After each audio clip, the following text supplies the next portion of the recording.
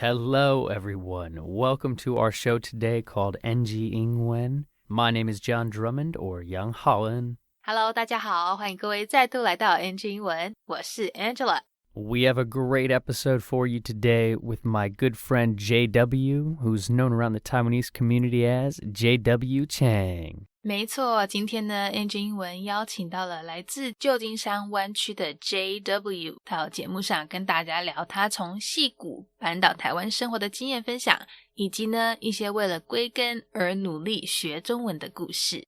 My guest today is Taiwanese American and has been living in San Francisco for many years, specifically in Silicon Valley for over 12 years now. However, he has been back in Taiwan now to spend time with his family and develop his personal interests. He works for a semiconductor manufacturing company called Applied Materials.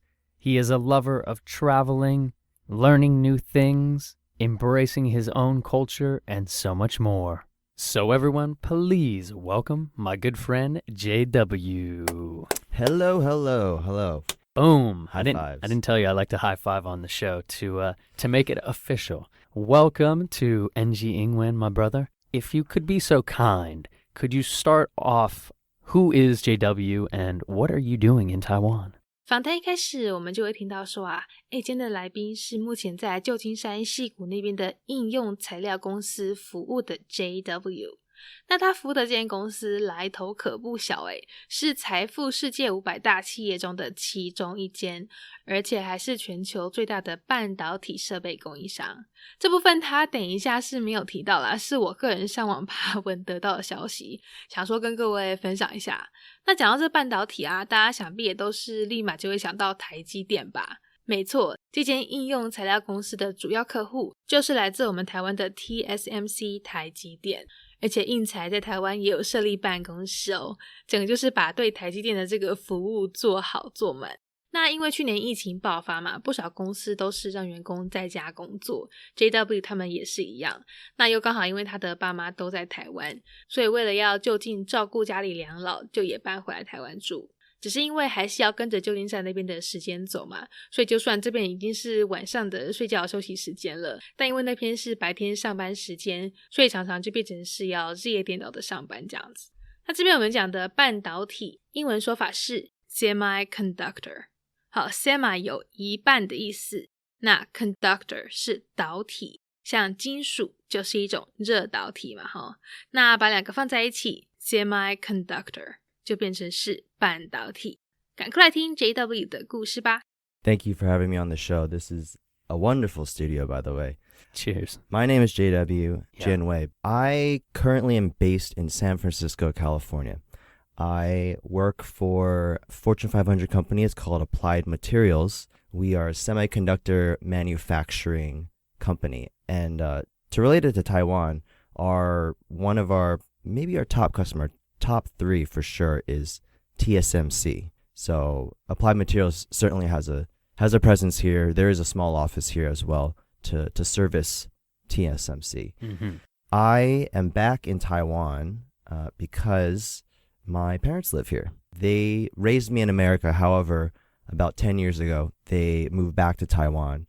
And certainly with this COVID situation, a lot of the companies in the Bay Area have allowed remote work.And so this has really given me the opportunity to come back and spend an extended period of time back in Taiwan, see family, and also continue doing my work. Yeah, absolutely. Nice little summary there. And shout out to, I'm sure, all of our Taiwanese listeners who love TSMC.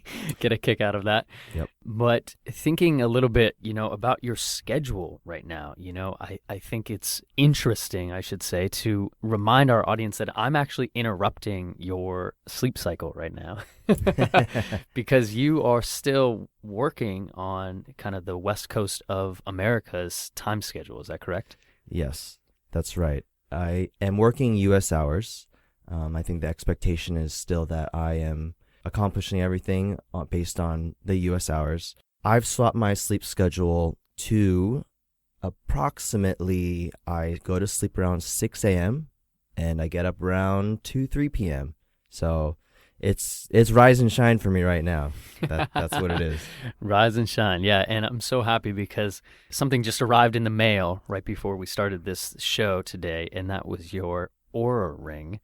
And I'm actually very fascinated to see, what is going to be the data metrics that you're going to be establishing essentially with this new sleep schedule. Is it going to be great for your health? Is it okay for your health? Is it going to kind of mess up your circadian rhythm? I'm actually very interested to kind of check in with you in like a month and be like, tell me everything. 不知道各位有没有听过 Oura Ring 这个智慧戒指这种东西？它其实呢就是顾名思义就是一枚戒指嘛齁。但特别的是呢，它上面有很多很小的这个感应器侦测器，可以去透过你的手指头去测量一些身体的状况，像是你的睡眠啦，或是你的心跳等等。我觉得就很像是那个 Fitbit 那个健康智慧手表、健康智慧手环，有没有？只是它是戴在手腕上，这个是戴在手指上。那大家可能也都知道啊，旧金山湾区矽谷那边真的是一个到处充满高科技的地方，而且可能 JW 在湾区那边住的也有一段时间了，大概他说12年左右，变得就很爱这些高科技产品，然后现在又是在戴这个智慧戒指，整个就是一个货真价实的湾区人。加上呢，现在又在台湾生活，但又要照旧金山的时间来上班，整个生理时间、睡眠时间都有点乱，所以就想说刚好可以借由这个机会呢，透过智慧戒指的帮助来好好的整顿一下他的健康。这里我们来学一个John在一开始用到的一个蛮有意思的字 circadian rhythm。 好，大家可能都知道是节奏规律嘛齁，那 circadian 是我们人或是动植物在一天24小时内运作的一个周期，所以 circadian rhythm 可以理解成是日夜节律，就是以24小时为周期的生理、心理还有行为上的一些变化，跟 biological clock 生理时钟很类似，只是呢它会因为生理时钟的影响而有所改变。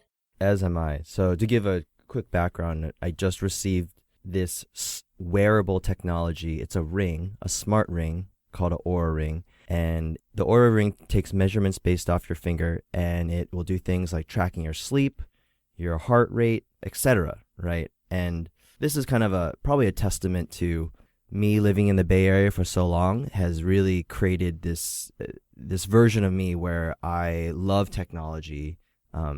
This is kind of a very futuristic technology that most people don't know about, but for me it's something that I want to integrate into my life, and specifically me being in Taiwan and trying to be healthy and have a sleep schedule. I think this is going to be important for me to have. Yeah, absolutely. So JW, if you don't mind, can you share maybe a little insight as a Taiwanese American who has kind of grown up around Silicon Valley and in the heart of the tech scene in San Francisco? Can you share what it's been like now to come back to Taiwan and be working in tech? 紧接着 JW 分享到，在湾区，在这个 Bay Area 那边，到处呢都是聪明绝顶、这个智慧爆表的人才。自己虽然说也不差，但是每天都被顶尖的科技公司、顶尖科技人才包围的情况下，真的是3不5时就会被人家的才能吓到。那搬回来台湾之后呢，发现因为去年疫情爆发的关系，其实不少才华洋溢的海外游子也都跟他一样，也都搬回来台湾，有的甚至可以用政府提供的这个就业金卡 Gold Card 留在台湾工作。像他就有认识一些从事 Venture Capital 从事这个风险投资、创业投资的人，好，在台湾设立了骇客屋，让有想法、有能力的人才呢，有机会来台湾创业工作，在我们的科技产业里创造更多机会。那这边讲的这个骇客屋，它指的是在旧金山、矽谷还有圣荷西一带那些风险投资人提供给有能力，然后也愿意努力，又想建立人脉，但钱不够、资金不够去创业的人给他们住的房子。好，跟我们一般熟悉的电脑网络骇客不太一样哦，不要误会。那另外他们还有提到一个字，也跟今天的主题很有关系， incubate 或者说 incubation。 它本来有蛋孵化的意思，但在今天这样的主题里呢，它就变成带有帮助创业的含义。像John等一下提到的这个 incubation program， 或是我们的中华创业育成协会 incubation association， 这都是推动创业、鼓励创新研发的机构。I've been living in the SF Bay Area and aka Silicon Valley for about 12 years or so. So I've really seen, it was already really big when I got there, but it's only grown bigger and bigger. I've seen the massive talent that is in the Bay Area, incredibly smart people. For me living in the Bay Area, I consider myself, an average bright person, but just compared to some of the companies and the people out there, it was just tremendous how many smart people were there. And so coming back to Taiwan, it's actually very interesting during this period. Are you familiar with the Gold Card program? I am, yes. We just actually had one of our friends who is a Gold Card, Andrew Chen, on the show. Yes. Okay. Yeah. Okay. That program, whether you're with it or you're coming back, I'm personally on a family visa at the moment. The situation with COVID has allowed a lot of fresh talent to come back to Taipei, and it's I've heard, not only have I gone to kind of tech or SF based meetups here in Taiwan and just seen all this talent come back to Taiwan. I know that there are actively venture capitalists who are setting up, I don't want to say funds, but actually like hacker houses and starting programs here where they're actually saying, hey, actually the program is advertised as, hey, we love, innovating in person. That's why we're here in Taiwan. And they've actually put up an application where they're saying, apply here. If you're accepted, we'll pay for all your expenses.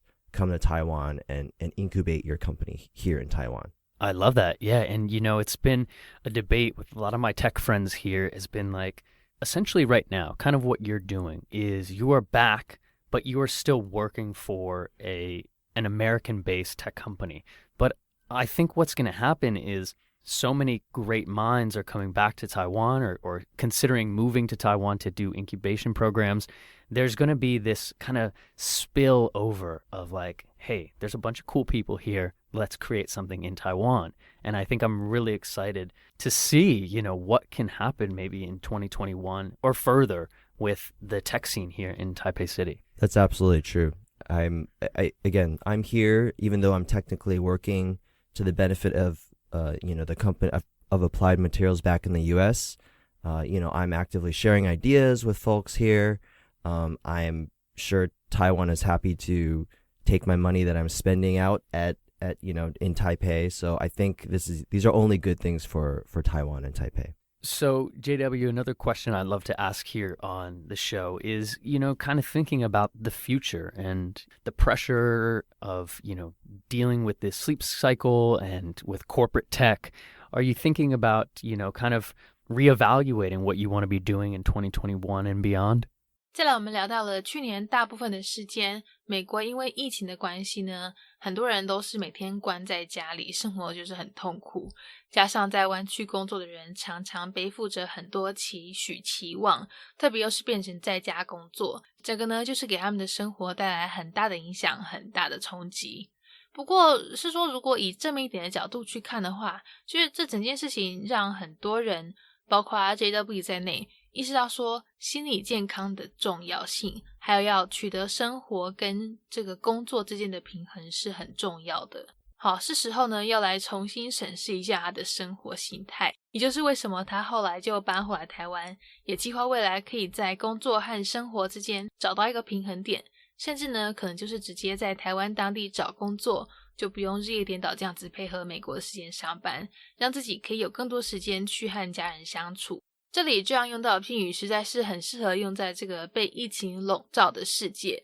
Silver lining 从字面上来看的话，就是一条银色发光的线。好，就是天气如果不好的话，不是会乌云蔽目吗？那偶尔你如果看到乌云周围的一道白光，就会大概知道说天气应该很快就会好转。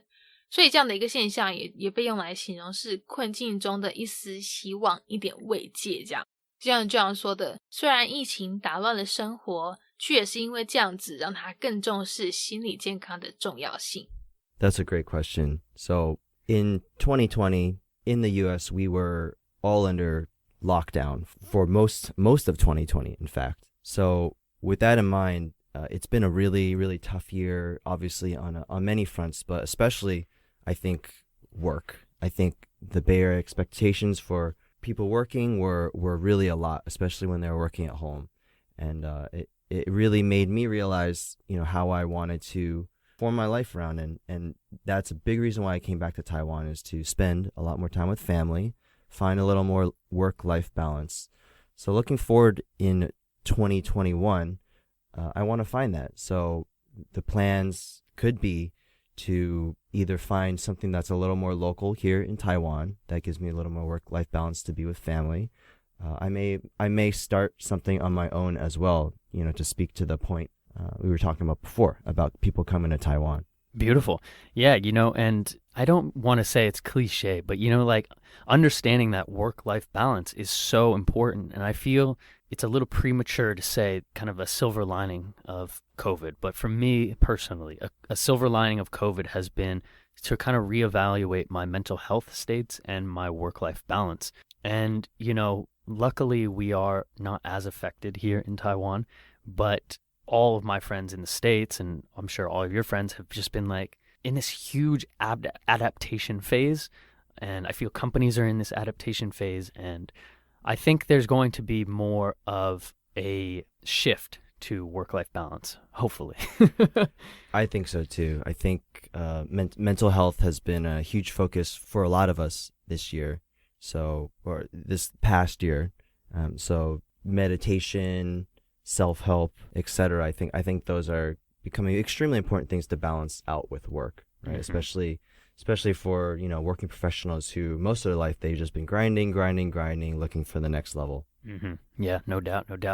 So JW, if you don't mind us kind of shifting a little bit into kind of your backstory with language, yes. I would love to kind of share with our audience, what was your process with your development of Mandarin Chinese and English? 在这段访谈里呢，我们来宾提到他的爸爸在台湾读完博士之后，继续到美国做博士后研究，继续深造，所以呢，他也就在美国出生长大。那因为他们家那时候是住在东岸宾州的费城，一个就是主要白人居多的城市，所以基本上他生活周遭不太会接触到太多的中华文化，只有星期六去上中文学校的时候才会多少奠定一些他听力啊口说的基本功。但是以学生的角度来讲，谁想要在星期六还要上课，所以他就没有持续上很久。有的人会上到高三毕业，但是他6年级之后呢就没有再继续了。那也因为这样子，他最主要的中华文化来源也因此而暂时消失。直到后来年纪越来越大，越来呢越想知道自己的文化背景之后，才开始去想办法去接触。好，现在大学期间就有利用暑假空档来台湾工作，想说可以透过这样的方式呢，去多了解自己的根，多认识自己一点。那也是因为那一次的经验，让他更可以感受到自己台湾的血脉，还把名字改成 JW， 好，就是他中文名字音译的缩写，还会每年特地拨时间回来台湾，多跟妈妈那边的亲戚相处，培养感情。这边提到费城主要是白人居多，大家知道这主要的英文可以怎么表示吗？当然 mainly 也有这样的意思，但这个字 predominantly 大家可以学起来， predominantly 就是主要占绝大多数的意思。 So my parents took a path, one particular path that is probably shared by a lot of my peers in America is my father came over to America as an immigrant after achieving his PhD in Taiwan. So he continued in America. He was doing his postdoctorate. My parents are very academic focused, as are a lot of Taiwanese immigrants that come over to America. So I was born in Philadelphia, Pennsylvania, and it was predominantly a very white community. So I did not have a lot of exposure to Chinese culture growing up. However, my exposure was going to Chinese school on Saturday. So if there's any ABCs listening to this, they're of course going to know about Chinese school, which is essentially equates to day 6 of school every week. And you're kind of wondering, what am I doing here? There are multiple facets to this. Some people make it all the way through all 12 years. I only made it through about 6 years. That school helps. Speaking Chinese in the household gives you kind of a base as well for listening to Chinese, but a lot of us are kind of left in the dark if you don't continue learning Chinese. So as I grew older, I became more and more curious about my background. And it wasn't until junior year of college I actually went to Taiwan to work for a summer. And that actually changed my entire perspective on who I was and my identity. So after spending one summer in Taiwan, I really, for lack of a better word, just started feeling more Asian. That's when I started to feel more confidence in my Chinese name and not my English name, and I actually switched it over. As well as from then on, I just started to make it a point to come back to Asia and Taiwan specifically more often and reconnecting with my family that's here. And my mom's whole side is actually here. And I have about 14 cousins that are Taiwanese. They cannot hold a conversation in English. So that's been something that I've really been kind of pushing towards. Hey, like, I want to build a relationship with these cousins that in the past I've never really been able to talk to. So I want to learn enough Chinese so that, we can grow old and take care of our parents together. That's a beautiful story there, JW, and it's nice to kind of connect that back to your name too, and feeling, proud to be Taiwanese and proud to, like you said, kind of proud to be Asian and kind of identify as Asian. So respect to that journey, man. I think that's a beautiful, beautiful story. And there's one question I like to ask here as well, as now you've been focusing obviously more on applying your Mandarin Chinese. So can you share any maybe tips and advice with our audience? What has helped you now expand maybe your vocabulary in Mandarin Chinese? 前面我们讲到 JW 他后来很努力要多认识台湾，也希望可以更能够用中文跟亲戚沟通，所以在练习口说方面大概也不会再像以前那样子怠惰。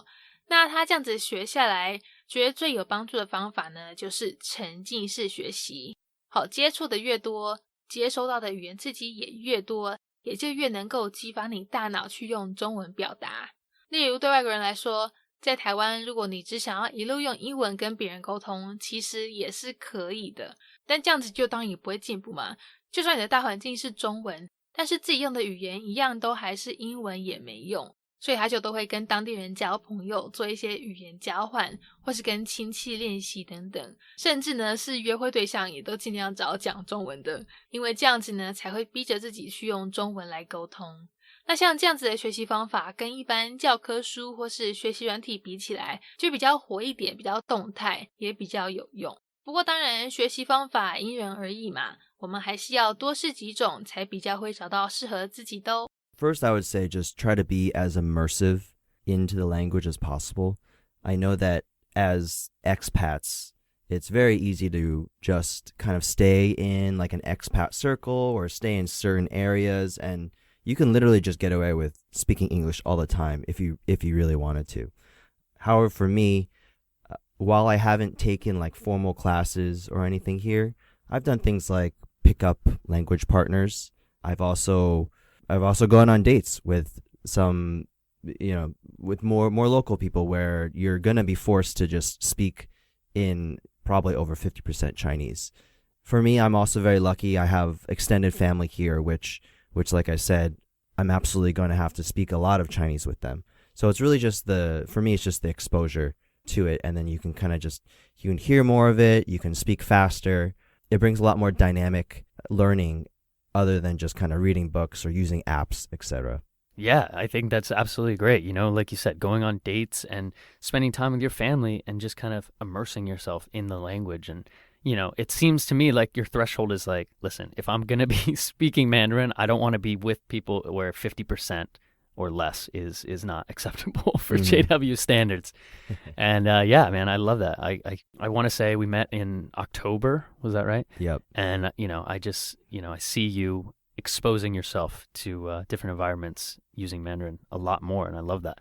All right, brother. Well, unfortunately, it's coming to our last question here on NG Ingwen, and that is, if you could go back in time and talk to a younger JW, would there be any advice you'd give yourself about language or life or tech? 访谈最后，他就有一句话想要告诉以前的自己 ：Stick with Chinese。好，就是好好学中文，不要半途而废。你的努力呢，在未来会有回报，会有好成果的。没错，学语言一下子是看不到成果的，但是往往认真一段时间之后呢，你就会发现一切努力都是值得的。而且 it's never too late， 学习永远不嫌晚嘛，对不对？起码现在他开始认真了。马上来听访谈最后这段内容吧。I would say from a young age, just stick with the Chinese. It's kind of like one of those questions where it's like, oh, do you ever wish you stuck with something as a kid, whether it's like, oh, piano lessons, or maybe you stuck with like a certain study. It's the same thing. It's if you could just stick with it, it would pay off so much more in the end. Yeah, absolutely. And while that all does ring true, I think, the beauty of that is how much you are focusing on it now, that you're back in Taipei and in Taiwan as a whole. And I'm excited to see all your growth and develop our friendship over this time together. All right, my brother. Well, where can people follow along maybe with your life online or learn more about you? Yeah, I mean, my Instagram is probably a good one. It's jw.cheng, CHENG. Feel free to add me on Instagram, message me if you have any questions. I am happy to share my story. Beautiful. Yes, he is a tech guru and a very humble one at that. All right, JW, it's been a pleasure, my brother, and we'll talk to you very soon. Thank you. Bye-bye. Peace. All right. Well, that is our NG Ingwen show for today. We hope everyone enjoyed listening to that. You can connect with us on Facebook, Instagram, YouTube, and now Spotify. You can search NG Ingwen, or you can search on IG, NG English ICRT. And don't forget to tune in every Wednesday morning from 6:30 to 7 and Wednesday night from 9 to 9:30. We'll catch you on the next episode. Bye-bye. 好啦，今天的节目就到这边告一段落啦，感谢各位的收听，别忘了订阅我们的 Spotify 还有 YouTube 频道哦。那喜欢我们节目的话，也要记得到 Instagram 到 IG 上追踪我们哦。如果各位有什么其他问题是想要问来宾的，也请欢迎在底下留言告诉我们，我们一定会想办法帮你问到手。好啦，那就下周在空中相会咯，拜拜。